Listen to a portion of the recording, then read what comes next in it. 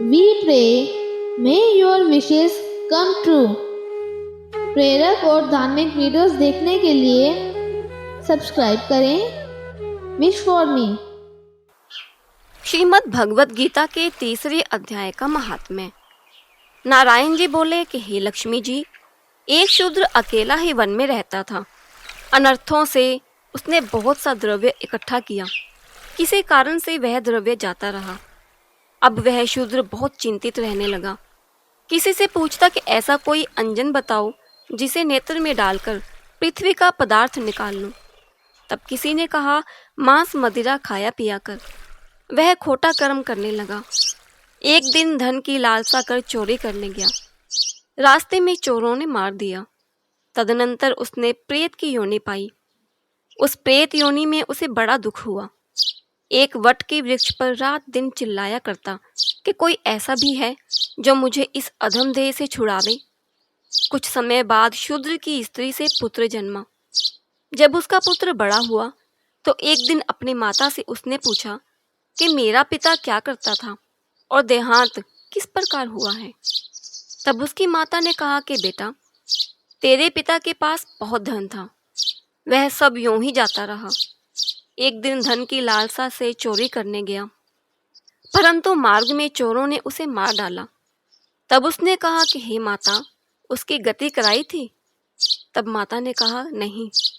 फिर कहा कि हे माता, उनकी गति करानी चाहिए। यह कहे वह पंडितों से पूछने लगा और प्रार्थना करी कि हे स्वामी, मेरे पिता एक दिशा में जाकर मृत्यु को प्राप्त हुए हैं, उनका उद्धार किस प्रकार होवे?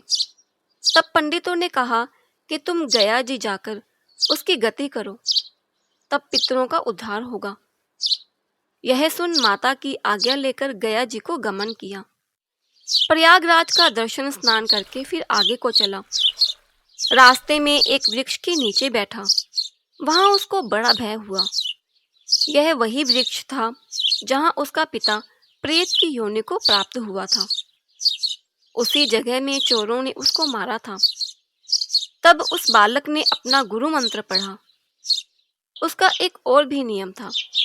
वह 1 अध्याय श्रीमद् भगवत गीता जी का भी नित्य पाठ किया करता था।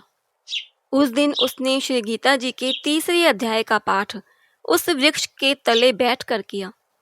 वह उसके पिता ने प्रेत की योनि में सुना। सुनकर उसकी प्रेत योनि छूट गई, देवदेही पाई। स्वर्ग से विमान आए और वह विमान पर चढ़कर उसके सामने आया और आकर आशीर्वाद दिया और कहा कि हे पुत्र, मैं तेरा पिता हूँ जो मरकर प्रेत हुआ था। इस तेरे पाठ करने से मेरी यह देवदेही हुई। अब मेरा उद्धार हुआ है। अब तो गया जी में अपनी खुशी से जा। इतना सुनकर पुत्र ने कहा, हे पिताजी, कुछ और आज्ञा करो जो मैं आपकी सेवा करूं। तब उस देवदेही ने कहा, देख, मेरी 7 पीढ़ियां पितृ नरक में पड़ी हैं, बड़े दुखी हैं। अब तू श्री गीता जी के 3 अध्याय का पाठ करके उनको इस दुख से मुक्ति प्रदान कर। इतना वचन कहकर वह देवदेही स्वर्ग को चली गई। तब बालक ने वहां 3 अध्याय का पाठ किया और सब पितरों को पुण्य देकर वैकुंठगामी किया। जो प्राणी श्री गीता जी का पाठ करे या श्रवण करे, उसका फल कहाँ तक कहीं कहने में नहीं आ सकता। तब नारायण जी ने कहा कि हे लक्ष्मी जी, यह 3 अध्याय का जो फल मैंने तेरे लिए कहा है सो तूने सुना है। श्री विष्णु भगवान की जय।